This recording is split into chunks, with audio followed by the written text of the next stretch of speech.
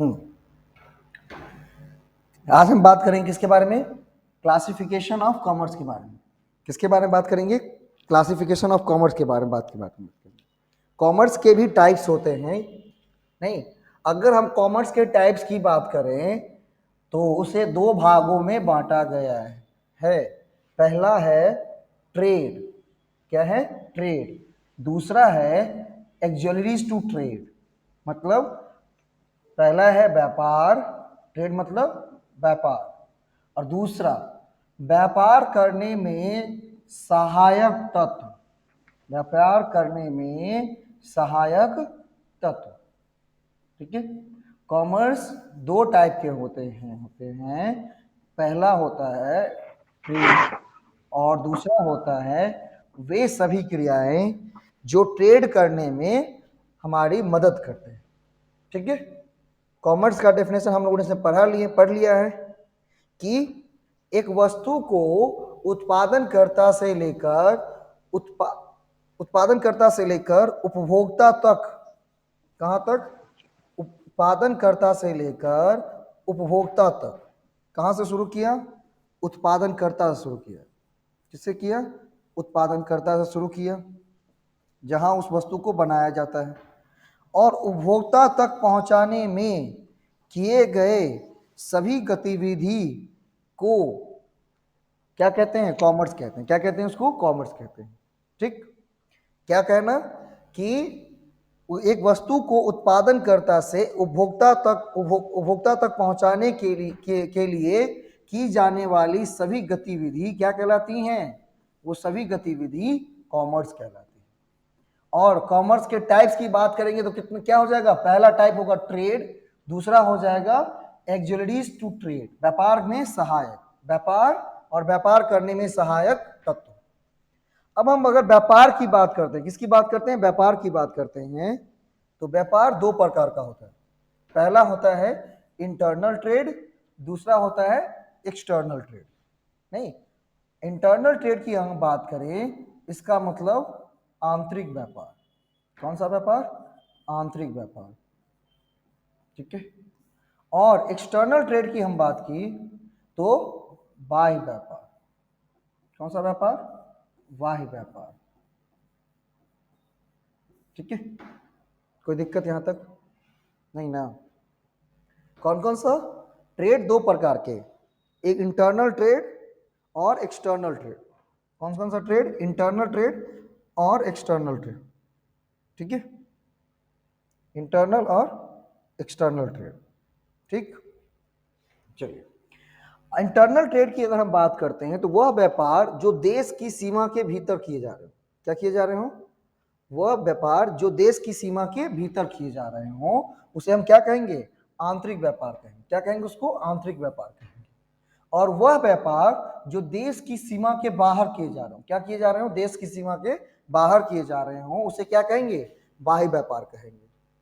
और अगर हम आंतरिक व्यापार की बात करें तो आंतरिक व्यापार भी दो प्रकार का होता है। पहला होता है होलसेल ट्रेड और दूसरा होता है रिटेल ट्रेड। अगर हम देश के अंदर व्यापार कर रहे हैं तो वो दो प्रकार से कर रहे होंगे, या तो हम होलसेल सामान को बेचते होंगे या रिटेल बेचते होंगे। कैसे बेचते होंगे? होलसेल बेचते होंगे या रिटेल बेचते होंगे। ठीक। और अगर एक्सटर्नल ट्रेड की हम बात करते हैं तो वो तीन प्रकार का होता है, इंपोर्ट, एक्सपोर्ट और इंट्रेड। होलसेल मतलब है थोक व्यापार। कौन सा व्यापार होता है? होलसेल का मतलब थोक व्यापार, और रिटेल का मतलब खुदरा व्यापार। नहीं, आपके गांव में कुछ दुकान ऐसे होंगे जो थोक बेचता है। क्या बेचता है? थोक बेचता है। 1 कुंटल बेचता है आलू, 5 किलो 10 किलो नहीं बेचता है। उसे क्या कहेंगे? होलसेल ट्रेड कहेंगे। क्या कहेंगे उसको? होलसेल ट्रेड कहेंगे। क्या कहेंगे बाबू उसको? Wholesale trade. और जो आपको 1 kg 2 kg 5 kg जितनी आपकी जरूरत है, आधा kg, वो आपको बेच रहा है, तो वो क्या कहलाएगा? रिटेल ट्रेड कहलाएगा। क्या कहलाएगा? वो रिटेल ट्रेड कहलाएगा। कोई दिक्कत यहां तक? नहीं ना?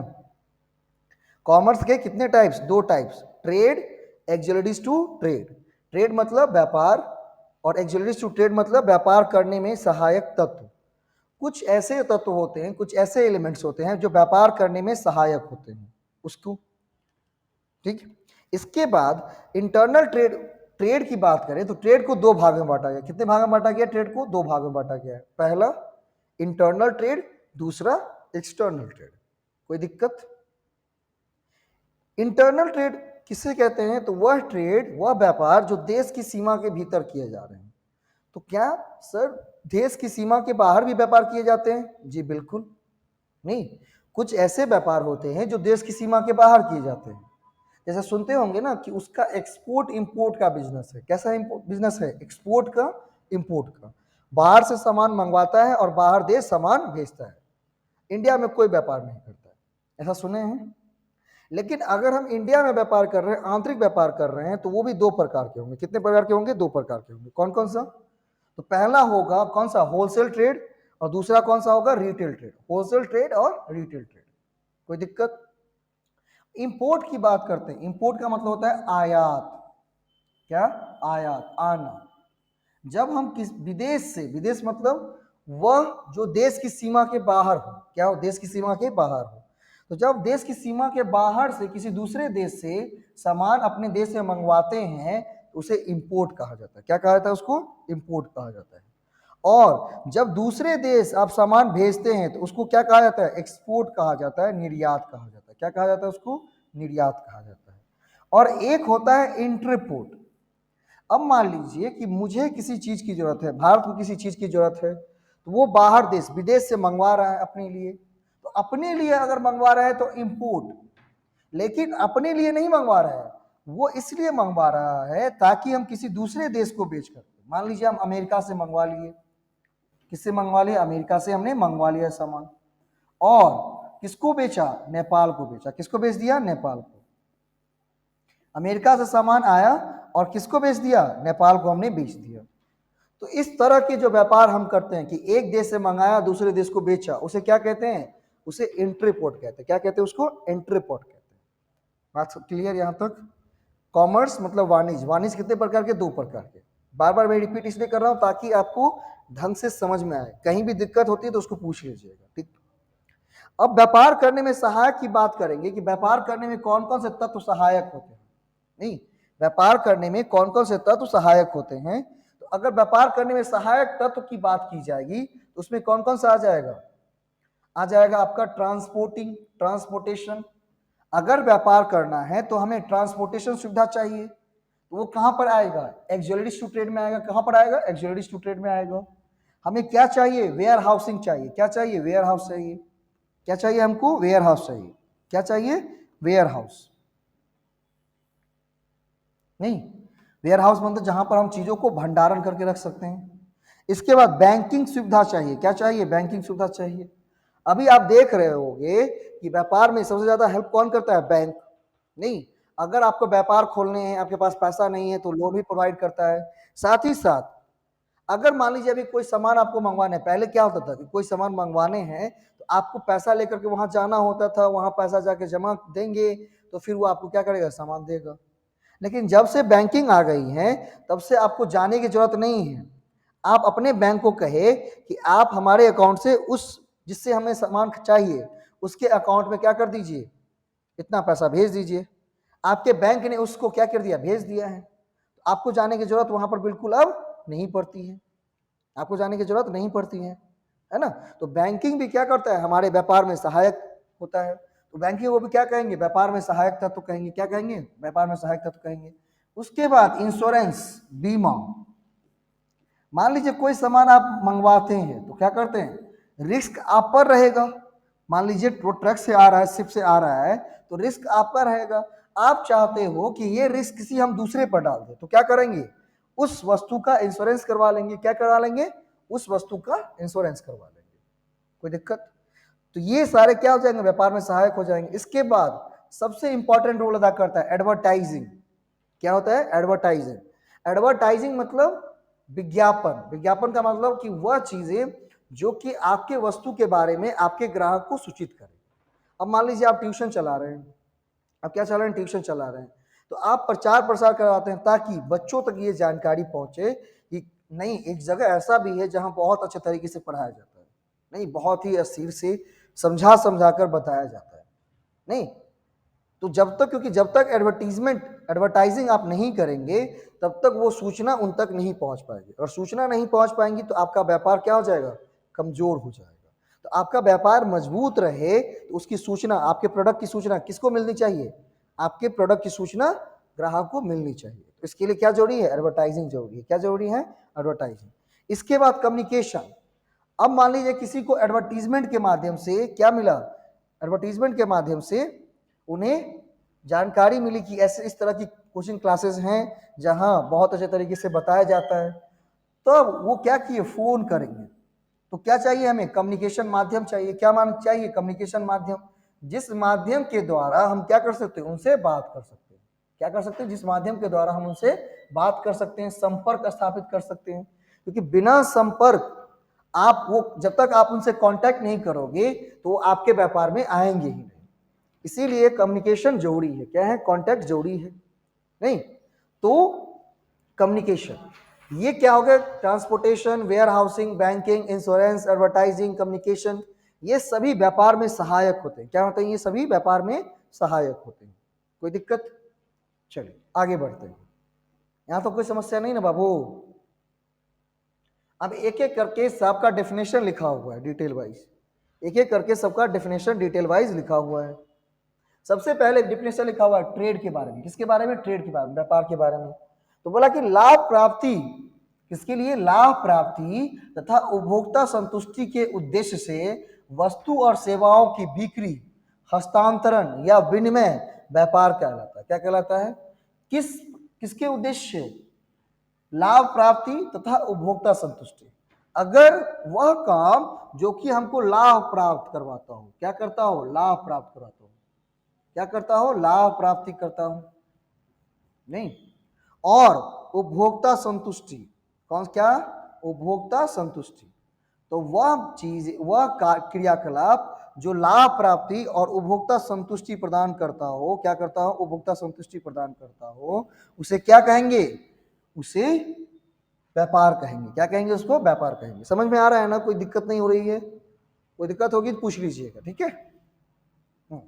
इसी चीज को इंग्लिश में भी लिखा हुआ है, trade is the sale, transfer, exchange of goods and service for the objective of gaining profit and consumer satisfaction.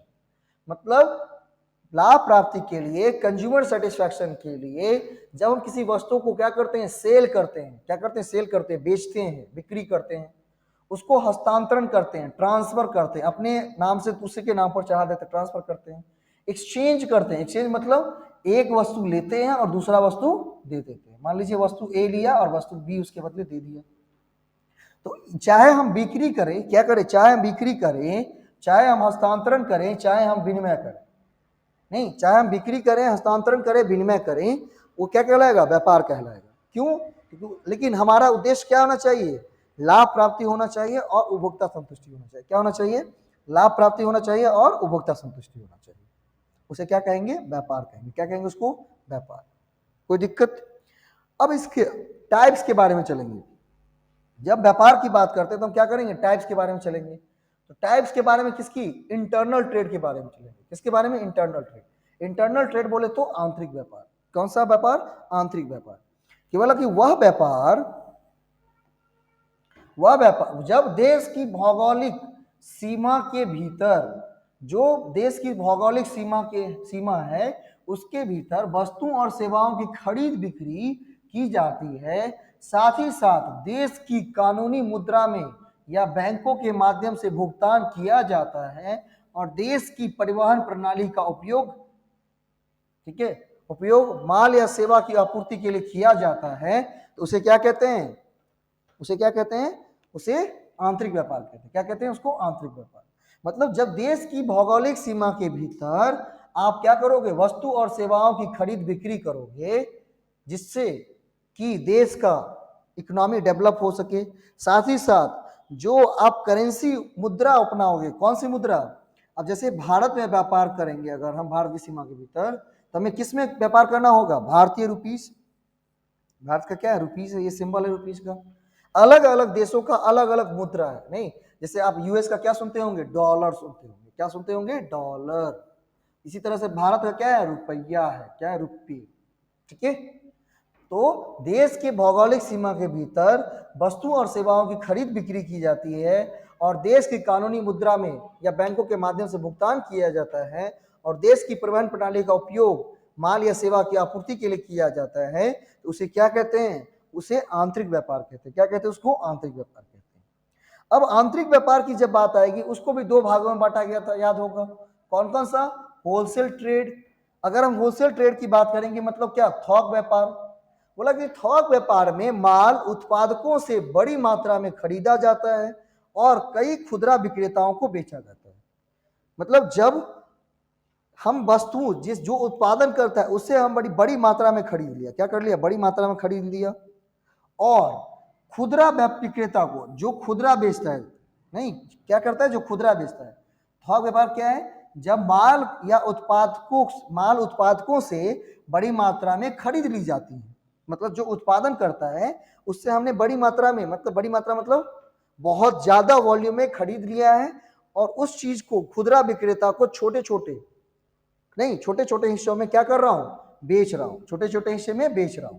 तो जब थोक व्यापार में माल या उत्पाद को बड़ी मात्रा में खरीद लिया जाता है और उसे कई खुदरा विक्रेताओं को बेचा जाता है, उसे क्या कहते हैं? उसे थोक व्यापार कहते हैं। क्या कहते हैं उसको? थोक व्यापार कहते हैं।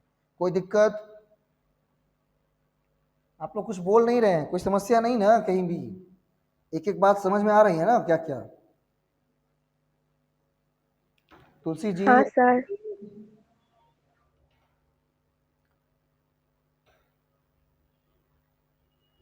कोई दिक्कत नहीं ना? अच्छा, कोई बोल ही नहीं रहे हैं। नहीं सर, कोई दिक्कत नहीं। अच्छा, ठीक है, समझ में आ रहा है। बहुत धीरे धीरे कर रहा हूँ इसीलिए। अब बात करते हैं इसकी खुदरा व्यापार में। किसकी बात करते हैं? खुदरा व्यापार की बात करते हैं। तो बोला खुदरा व्यापार में माल थोक विक्रेताओं से खरीदा जाता है ताकि उन्हें लाभ के लिए उपभोक्ताओं को पुनर्विक्रय किया जा सके। मतलब थोक व्यापार में हमने देखा कि हमने उत्पादकों से बड़ी मात्रा में खरीद लिया और फिर उसे छोटे छोटे भागों में किसको बेच रहा हूं? खुदरा विक्रेता को बेच रहा हूं। लेकिन अगर खुदरा व्यापार की हम बात करते हैं, किसकी बात करते हैं? खुदरा व्यापार की बात करते हैं, तो खुदरा व्यापार में माल थोक विक्रेता से खरीद लिया गया। किससे खरीद लिया गया? थोक विक्रेता से। और उसे लाभ के लिए क्या की? किसके लिए? लाभ के लिए उपभोक्ता को पुनः बेच रहे हैं। क्या कर रहे हैं? पुनः बेच रहे हैं। तो जब खुदरा व्यापार में, जब वह व्यापार जिसमें माल थोक विक्रेता से खरीद लिया जाता है और लाभ के लिए उसे उपभोक्ता को बेचा जाता है, पुनः बिक्री किया जाता है, उसे क्या कहते हैं सर? उसे खुदरा व्यापार कहते हैं। क्या कहते हैं उसको? खुदरा व्यापार कहते हैं। अभी मैंने एग्जांपल दिया कि आपके गांव में कुछ दुकान ऐसा भी होगा जो बोलेगा कि नहीं, मान लीजिए दुकान का नाम है ए, बोलेगा कि नहीं हम 1 क्विंटल ही आलू बेचेंगे, पूरा बोरा ही बेचेंगे। नहीं, मतलब उसमें कितना होता है? 50 kg ना। और अगर आपको काम है कितने का? 2 kg आलू लेने का, तो क्या आप अगर उस दुकान पर जाओगे तो दे देगा? नहीं देगा ना, क्योंकि वो क्या बेच रहा है? थोक बेच रहा है। क्या बेच रहा है वो? थोक बेच रहा है। बहुत बढ़िया। नहीं, तो हमें कहां जाने पड़ेंगे? खुदरा विक्रेता के पास। किसके पास जाने पड़ेंगे? खुदरा विक्रेता के पास जाने पड़ेंगे। किसके पास जाने पड़ेंगे? खुदरा विक्रेता के पास जाने पड़ेंगे। खुदरा विक्रेता क्या करता है? तो इस थोक विक्रेता से खरीद लेता है 1 क्विंटल या 50 kg बोरा खरीद लेता है, और हमें जितनी जरूरत होती है, क्या होती है? हमें जितनी जरूरत होती है 2 kg, 5 kg, 1 kg, उस हिसाब से उपभोक्ता मतलब हम कंज्यूमर को क्या करता है? आराम आराम से बेचता है। इसको क्या कहते हैं? इसको खुदरा व्यापार कहते हैं। क्या कहते हैं इसको? खुदरा व्यापार कहते हैं। जब दो देशों के बीच वस्तुओं और सेवाओं का क्रय विक्रय होता है तो उसे क्या कहते हैं? बाह्य व्यापार कहते हैं। अब हमने बात कर ली इंटरनल ट्रेड की, बात कर ली। अब हम बात करेंगे किसके? एक्सटर्नल ट्रेड की बात करेंगे। क्या करेंगे? बात एक्सटर्नल ट्रेड की बात करेंगे। एक्सटर्नल ट्रेड क्या होता है? तो बोला कि एक्सटर्नल ट्रेड का मतलब है कि वह व्यापार जो दो देशों के बीच में हो रहा हो। क्या हो रहा है? दो देशों के बीच में हो रहा है। नहीं, वह व्यापार जो दो देशों के क्या हो रहा है? बीच में हो रहा हो, उसे क्या कहते हैं? उसे बाह्य व्यापार कहते हैं। दो देश मतलब मान लीजिए यहां भारत हमारा एक देश, और कौन सा? नेपाल। अब दो देश मिल गए, भारत और नेपाल, और भारत और नेपाल के बीच क्या हो रहा है? व्यापार हो रहा है, तो उसको क्या कहेंगे? एक्सटर्नल ट्रेड कहेंगे। भारत और व्यापार के बीच में जो क्या हो रहा है उसको क्या कहेंगे? एक्सटर्नल ट्रेड कहेंगे। क्या कहेंगे उसको? एक्सटर्नल ट्रेड कहेंगे, बाह्य व्यापार। जब दो देशों के बीच वस्तुओं और सेवाओं का, नहीं, वस्तु और सेवाओं का व्यापार होता है तो उसे हम क्या कहते हैं? बाह्य व्यापार कहते हैं। क्या कहते हैं उसको? बाह्य व्यापार कहते हैं। कोई दिक्कत नहीं ना? चलिए, अगर हम बाह्य व्यापार के भी टाइप्स की बात करें, किसकी बात करें? बाह्य व्यापार के टाइप्स की बात करें, इसके भी 3 टाइप्स हैं। अभी हमने बताया था क्या क्या? इंपोर्ट, क्या क्या था? इंपोर्ट, ठीक है, एक्सपोर्ट और एंट्रीपोर्ट। इंपोर्ट, एक्सपोर्ट और एंट्रीपोर्ट। क्या है एक्सपोर्ट, इंपोर्ट और एंट्रीपोर्ट? अगर बात करते हैं किसकी? इंपोर्ट की बात करते हैं। किसकी बात करते हैं? इंपोर्ट की बात करते हैं। तो बोला कि जब कोई वस्तु विदेशों से खरीदी जाती है तो उसे हम क्या कहते हैं? आयात कहते हैं। अभी हमने कहा था ना कि जब हम विदेश से कोई सामान खरीद के अपने देश लाएंगे, जब विदेश से खरीद के कोई देश अपनी चीज लाएंगे उसे क्या कहेंगे? आयात, मतलब एक्सपोर्ट, सॉरी इंपोर्ट कहेंगे, सॉरी एक्सपोर्ट, इंपोर्ट कहेंगे। क्या कहेंगे उसको? इंपोर्ट कहा जाएगा। लेकिन जब हम कोई सामान, नहीं, जब वस्तुएं विदेशों को बेची जाती है, जब हम विदेशों को बेचेंगे, जब क्या करेंगे? विदेशों को बेचेंगे, तो उसे क्या कहेंगे? उसे निर्यात कहेंगे। क्या कहेंगे उसको? निर्यात। निर्यात मतलब एक्सपोर्ट कहेंगे। क्या कहेंगे उसको? एक्सपोर्ट कहेंगे। ये थी इंपोर्ट और ये है एक्सपोर्ट। ठीक, अब बात करते हैं किसकी? तीसरे टाइप की, जो कि क्या है? इंट्रीपोर्ट। बोला कि entrepot trade goods imported from a foreign country not for domestic use, domestic consumption, but for selling it further to another company. मतलब वह व्यापार, मान लीजिए यहां पर भारत है, अब कोई सामान हम कहां से मंगवा रहे हैं? अमेरिका से मंगवा रहे हैं। क्या करेंगे? अमेरिका से मंगवा रहे हैं, लेकिन वो चीज अपने लिए नहीं मंगवा रहे हैं। किसके लिए मंगवा रहे हैं? दूसरे देश को बेचने के लिए। कौन? नेपाल। तो जब हम कोई वस्तु मंगवाते हैं दूसरे देश से और दूसरे देश को हम उसको बेचते हैं, उसे क्या कहा जाता है? उसे एंट्री पोर्ट कहा जाता है। क्या कहा जाता है उसको? एंट्री पोर्ट कहा जाता है। ये जो व्यापार उसको क्या कहा जाएगा? एंट्री पोर्ट कहा जाएगा। बात क्लियर? ठीक, कि जब वह व्यापार जिसके तहत एक वस्तु से हमने सामान मंगवाया, लेकिन किसके लिए? अपने लिए नहीं, किसके लिए? दूसरों के लिए। दूसरे देश को हमने बेच दिया, हमने दूसरे देश से मंगवाया और दूसरे देश को बेचा, उसे क्या कहते हैं? एंट्री पोर्ट कहते हैं। जब हम अपने लिए किसी दूसरे देश से मंगवाएंगे तो उसे क्या कहेंगे? आयात कहेंगे। जब हम दूसरे देश को भेजेंगे तो क्या कहेंगे? निर्यात कहेंगे, एक्सपोर्ट कहेंगे।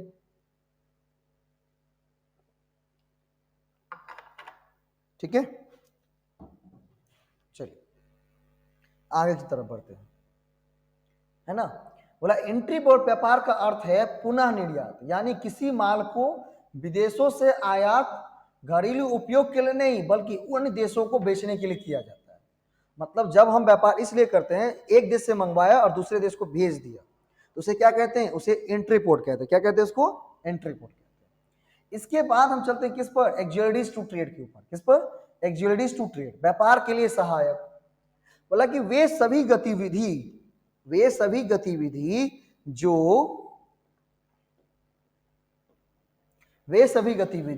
जो व्यापार में आने वाली सभी रुकावट को दूर करती हूं, उसे व्यापार में वो व्यापार सहायक कहलाती है। मतलब वो सभी गतिविधियां जो व्यापार में सहायता करती हो, क्या करती है? व्यापार में सहायता करती हो, वो क्या कहलाती है? व्यापार में सहायक कहलाती है। ठीक है, ये व्यापार, अब कौन कौन सी गतिविधि है जो व्यापार में सहायता करती हैं, जो व्यापार में रुकावट को दूर करती हैं? तो व्यापार में सबसे बड़ा रुकावट क्या है? मान लीजिए कोई सामान आप यहाँ दरभंगा में बेचते हैं, दरभंगा में क्या करें? दरभंगा में अपनी ट्यूशन खोला है और आप कहाँ पे हैं अभी? अपने गांव कुर्थू में है। कुछ आदमी बगल की भी है ना। कुर्थू किनका किनका गांव है? कुर्थू किनका किनका गांव है? तुलसी जी आपका गांव कौन सा है? कुर्थू है या बगल में है?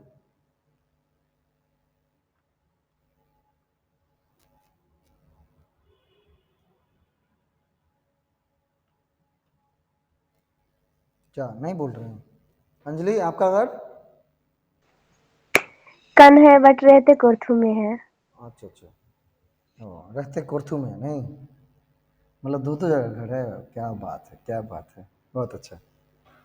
चलिए, तो मान लीजिए कि यहाँ पर कोई चीज बिक रहा हो और आप अपने गांव में हैं।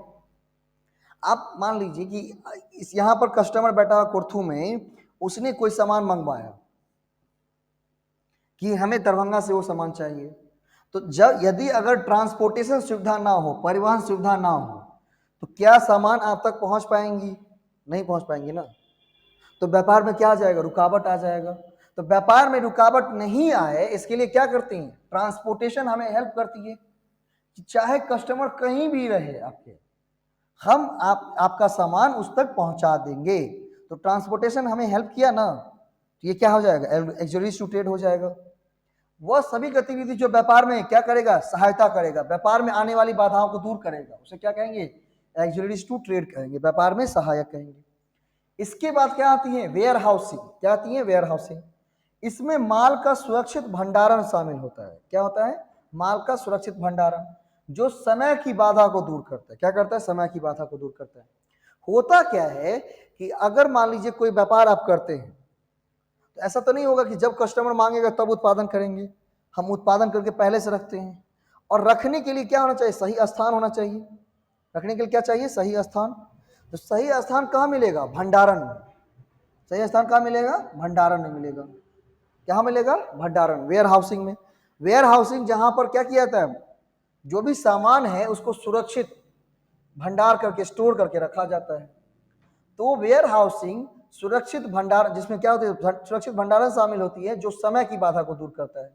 अब मान लीजिए उसको 2 साल बाद, मतलब साल भर बाद या 6 महीने बाद वो सामान यूज होगा, तो खराब होने की कोई चांसेस नहीं है। क्यों? क्योंकि उसको हमने वेयर हाउसिंग, अच्छे तरह से वेयर हाउसिंग में रखा है, स्टोर करके रखा है। नहीं सुनते होंगे ना क्या? Cold storage. कोल्ड स्टोरेज सुनते हैं?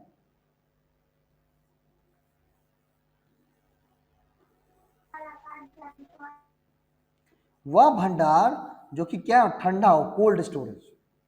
तो जो मान लीजिए आलू या ऐसी चीजें जिसको ठंडी चाहिए, क्या चाहिए? ठंडी चाहिए, मतलब उसको नमी वाला चाहिए, तो उसको कहाँ रखा जाता है? कोल्ड स्टोरेज में रखा जाता है, ताकि अगर बाद में कभी जरूरत पड़े तो कोल्ड स्टोर से निकाल के क्या कर सकते हैं? हम यूज कर सकते हैं।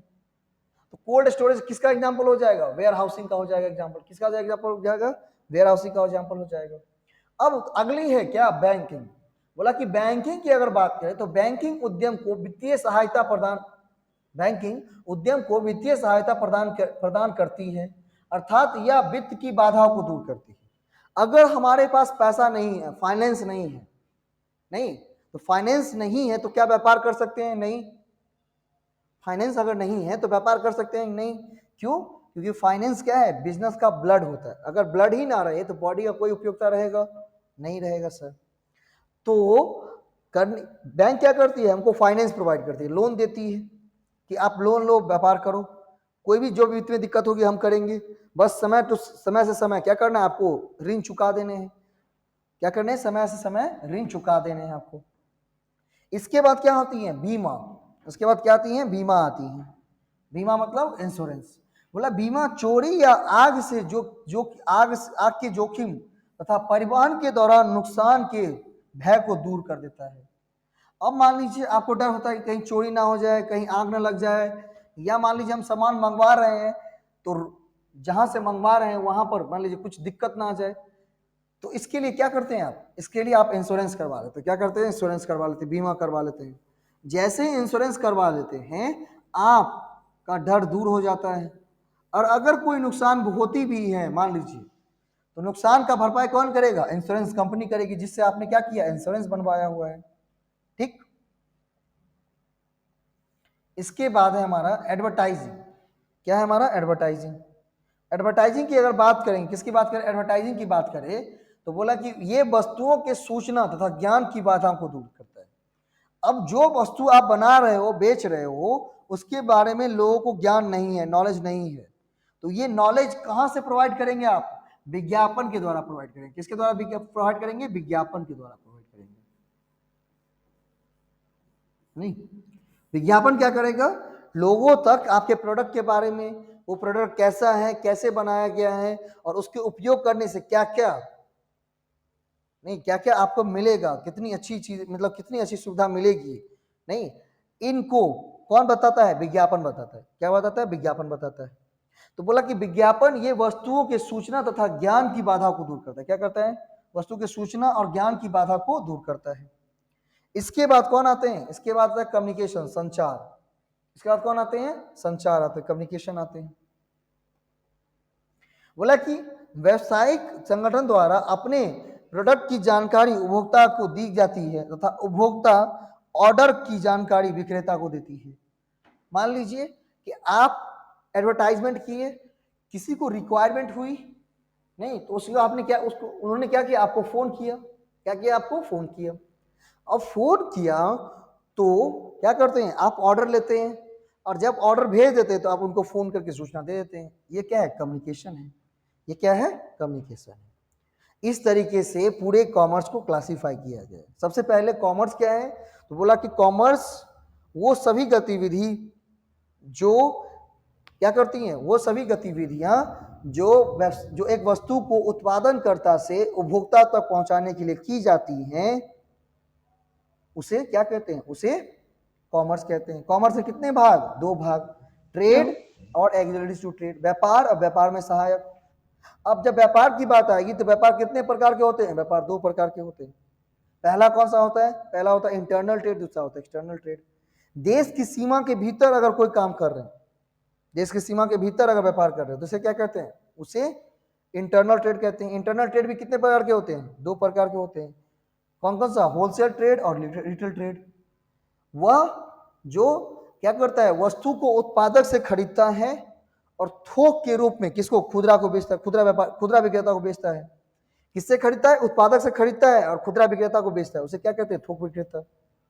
खुदरा विक्रेता किसे कहते हैं, तो वह विक्रेता जो थोक विक्रेता से खरीदता है और क्या करता है, उपभोक्ता को बेचता है, उसे क्या कहते हैं, खुदरा विक्रेता कहते हैं। इसके बाद होता है बाह्य व्यापार। वह व्यापार जो देश की सीमा के बाहर किए जाते हैं, क्या कहते हैं, देश की सीमा के बाहर किए जाते हैं, उसे बाह्य व्यापार कहते हैं। क्या कहते हैं उसको, बाह्य व्यापार कहते हैं। बाह्य व्यापार तीन प्रकार का होता है। कौन कौन सा, इंपोर्ट, एक्सपोर्ट, इंटरपोर्ट। एक्सपोर्ट का मतलब निर्यात। जब हम सामान दूसरे देश को भेजते हैं तो उसे क्या कहा जाता है, एक्सपोर्ट कहा जाता है। क्या कहा जाता है उसको, एक्सपोर्ट कहा जाता है। जब हम सामान किसी दूसरे देश से मंगवाते हैं इसको इंपोर्ट कहा जाता है। और जब हम सामान किसी दूसरे देश से मंगवाते हैं इसलिए हैं ताकि हम दूसरे देश को क्या कर सके, बेच सके, तो उसे क्या कहते हैं, इंटरपोर्ट कहा जाता है। क्या कहते हैं, इंटरपोर्ट कहा जाता है।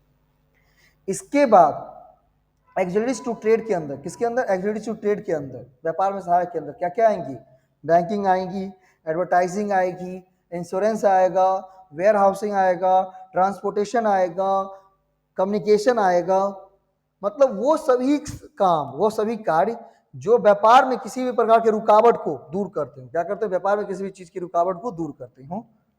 जो रुकावट को दूर करते हैं उसे क्या कहते हैं, उसे व्यापार में सहायक करते हैं। क्या कहते हैं उसको, व्यापार में सहायक करते हैं। तो इस तरह से हमने इंट्रोडक्शन ऑफ कॉमर्स पूरा कंप्लीट कर दिया है। कल आपका इंट्रोडक्शन ऑफ अकाउंटिंग में पहले कंप्लीट कर देता हूँ, इंट्रोडक्शन ऑफ अकाउंटिंग कंप्लीट कर देता हूँ। जब तक, कल क्या है, शुक्रवार है ना, कल वो खत्म हो जाएगा और परसों शनिवार को हम जीएसटी पढ़ा देंगे आपको। क्या कर देंगे, जीएसटी पढ़ा देंगे। क्या करेंगे, जीएसटी पढ़ा देंगे। कल कौन सा, इंट्रोडक्शन ऑफ अकाउंटिंग, और उसके बाद परसों जो है हम जीएसटी पढ़ा देंगे। कल परसों जीएसटी हो जाएगा, लगभग 11th वाले जितने हमको करने हैं वो खत्म हो जाएंगे। सोमवार से हम क्या करेंगे, आपका हायर परचेज शुरू करेंगे। तब तक बाकी जो जो टॉपिक्स है, जो पीडीएफ हमने भेजे हैं उसको ढंग से लिख लीजिए। इसमें हिंदी भी है, इंग्लिश भी है। अगर दोनों में कंफर्टेबल होते हैं, आराम लगता है आपको कि हम कर सकते हैं, तो क्या करिएगा, हिंदी इंग्लिश दोनों में लिख लीजिएगा। नहीं लगता ज़्यादा टाइम जा रहा है तो क्या करिएगा, हिंदी लिख लीजिएगा।